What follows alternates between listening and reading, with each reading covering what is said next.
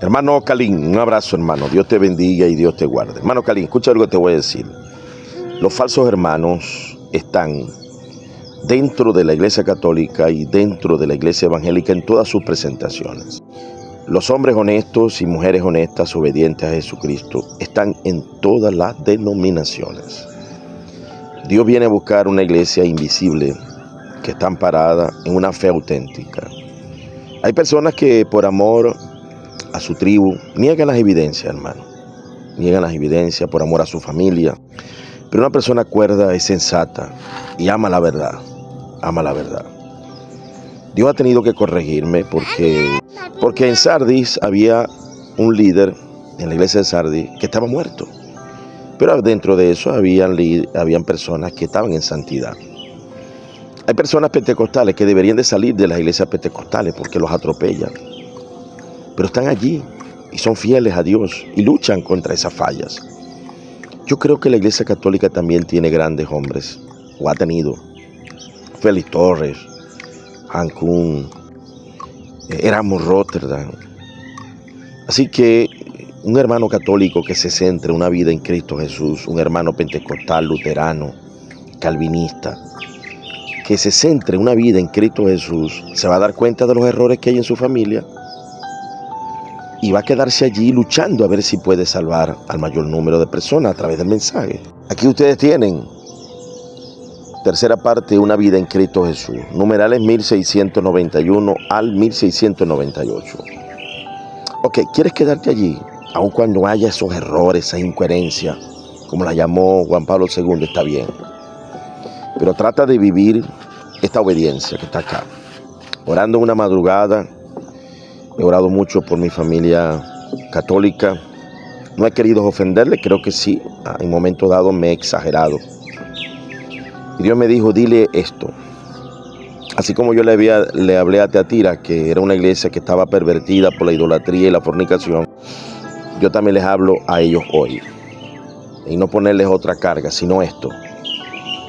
La vida en Cristo Jesús, hermano Calín. Esfuérzate, estudia bien estos textos. Léelos en tu Biblia católica, céntrate, medita, haz contemplación. Aquí estoy terminando mi contemplación, hablando con Dios en la madrugada, en compañía de mis hijas y de mi esposa, que ya se levantaron. Dios me levantó a las 4. Aquí yo medito, oro, pidiéndole a Dios sabiduría para tratarlos a ustedes y a todos por igual. Entonces es necesario que busquemos la verdad. Este libro, Cristianismo Evangélico a través de los siglos, un libro bien documentado por el doctor Samuel Vila, segunda edición mejorada y ampliada. Una de las editoriales más fuertes de España. Este hombre fue acreditado, le dieron homenajes allá en España, una calle lleva su nombre, Samuel Vila, perseguido por el nacionalismo católico de España, de Francisco Franco, un hombre valiente, fundó iglesias bautistas allá, un hombre muy valiente, muy bien documentado. El catolicismo ha perseguido el protestantismo, pero el protestantismo también. Esos perseguidores de parte y parte, carnales, apóstatas del Sermón del Monte, se están quemando en el infierno, hermano. Entonces, la verdad no está en una denominación. La verdad está en la fe que tengamos nosotros y con fortaleza busquemos de Jesucristo. No es nada fácil. Te presento este libro para mostrarte evidencias documentadas desde que el protestantismo siempre ha existido y la iglesia verdadera la iglesia verdadera se separa de los que se relajan. ¿Quiénes son los que se relajan? Comienzan a pervertir la doctrina. Estamos obligados a separarnos, hermano. Aquí está, primer atisbos de corrupción clerical en Roma. Estamos hablando del año ya 200 hacia adelante. Aquí está el documento que habla claramente de la lucha que había con los relajados de Roma. Hipólito era de los estrictos. Habían dos grupos, unos relajados, por Calixto, por Cornelio y otros estrictos como Hipólito. Y de allí salió Novaciano. Aquí vemos cómo se relata la lucha que hubo entre estos mundanos de Roma y los estrictos de Roma. Tú puedes leer allí claramente la lucha que tuvo Hipólito Novaciano, una lucha tremenda. Hubo una separación de iglesias. Ya en el año 200 hacia adelante se abrió y claramente Hipólito protestó. Y leo textualmente, ¿no?, que no fue Novaciano el único protestante, ni la iglesia de Roma la sola necesitada de reforma. Lo expresa hermosamente el historiador Robinson, que es un historiador católico, en el siguiente párrafo. Novaciano fue llamado autor de la herejía del puritanismo.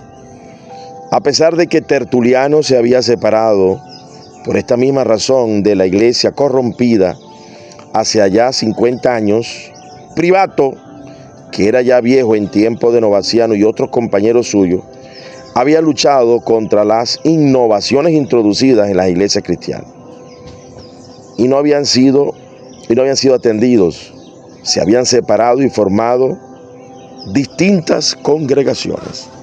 Tertuliano, Novaciano, Hipólito. Otro historiador llamado Moody dice: Novaciano era un miembro de la iglesia de Roma fundada por San Pablo, pero después tan corrompida que fue necesaria una separación para conservar la fe. Aquella iglesia, como muchas iglesias metropolitanas en todos los tiempos, se enriqueció y ansiosa y de torpe lucro abrió de par en par sus puertas para admitir miembros de cualquier clase, especialmente ricos. Los principales de ellos inventaron la doctrina de salvación por medio de la iglesia. Esto es, sin bautismo no hay remisión de pecado, y sin ser miembro de la iglesia no hay salvación. Así que, si el sentir público les obligaba a excluir a algún miembro, prontamente lo recibían otra vez. Mas Novaciano y los otros fieles de la iglesia estaban a favor de conservar la iglesia pura por medio de disciplina estricta, añadiendo que su expulsión no los excluía de la salvación si eran creyentes, la cual era del Señor por gracia, por medio de la fe.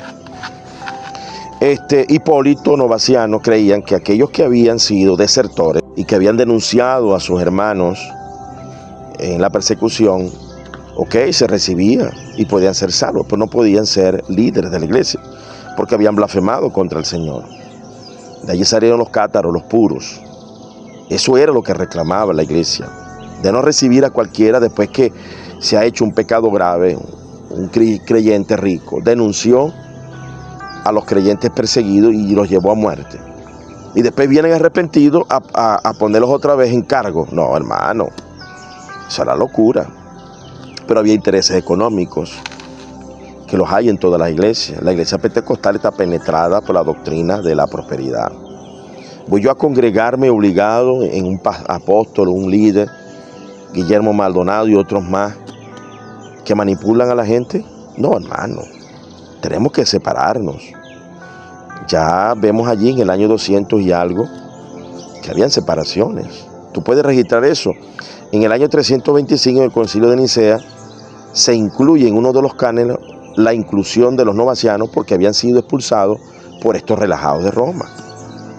Porque forzaban a la persona que para ser salvo había que pertenecer a su iglesia relajada. Tenemos que pertenecer a la iglesia de Cristo, a la iglesia santa, hermano. ¿Te quieres quedar en una iglesia pervertida? No te lo recomiendo. Ni yo me quedo en una iglesia pentecostal pervertida. Pero si te vas a quedar a tu riesgo, trata por todos los medios de orar, de leer la Biblia, levantarte en las madrugadas, a mirar el cielo, hablar con Dios, hablar con el Señor Jesús. Ora, medita por tu salvación, por tu familia. Que vean que seas un cristiano católico, pero que está centrado en una vida en Cristo Jesús. Salva tu alma, hermano. Acércate. Cuídate de ti mismo y de la doctrina. Haciendo esto te salvarás a ti mismo y a los que te oyeren. Dios te bendiga y te guarde. Calín.